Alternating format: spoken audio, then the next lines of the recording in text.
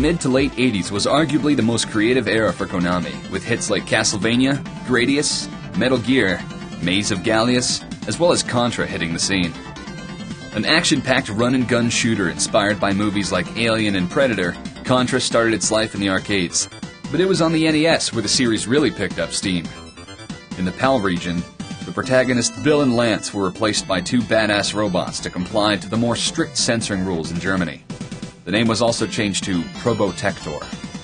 After a successful sequel, Konami felt it was time for the series to enter the 16-bit realm with Contra 3 for the Super NES and Hard Corps for the Mega Drive. Contra 3 The Alien Wars, also known as Super Probotector, was released in 1992. The game grabs you from the start with an intense introduction stage in which the player pilots a tank through an onslaught of enemy troops, dodging enemy fire in the process. You start with a rapid-fire machine gun, but additional weapons appear when the player destroys the flying item pods. You can hold two different weapons at once and switch between them on the fly during gameplay. Traditional 2D side-scrolling stages are mixed with overhead stages where you have to destroy certain enemy targets, fully utilizing the Super Nintendo Mode 7 technology. Special care was put into the menacing boss designs of the game, making sure they were as visually intimidating as possible. Contra 3 offers solid gameplay and a great variety in level design, and it's still known to this day as one of the finest entries the series has to offer. The impressive US cover art was very similar in style as Konami's Super Castlevania 4, but for some reason, Contra didn't get the Super suffix, perhaps because it was already used on the second Contra game, known as Super Contra in Japan.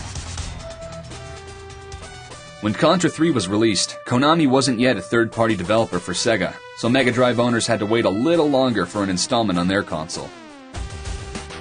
Contra Hard Corps was released in 1994, known simply as Probotector in PAL regions.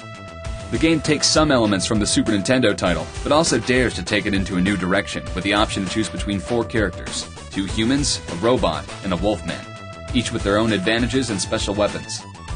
Another new feature are the branching stages, which let you choose your own path through the game, thereby influencing the ending. The upgraded weapon system allows players to cycle through all your acquired weapons, and a new slide attack was a welcome addition to avoid enemy attacks. Although there are no overhead sections, the game makes up for it with the sheer amount of replay value. Contra Hard Corps was developed by some of the same team members who worked on Castlevania and Rocket Knight Adventure for the Mega Drive. All 3 have the same action-packed level design and stylistic boss animations as well.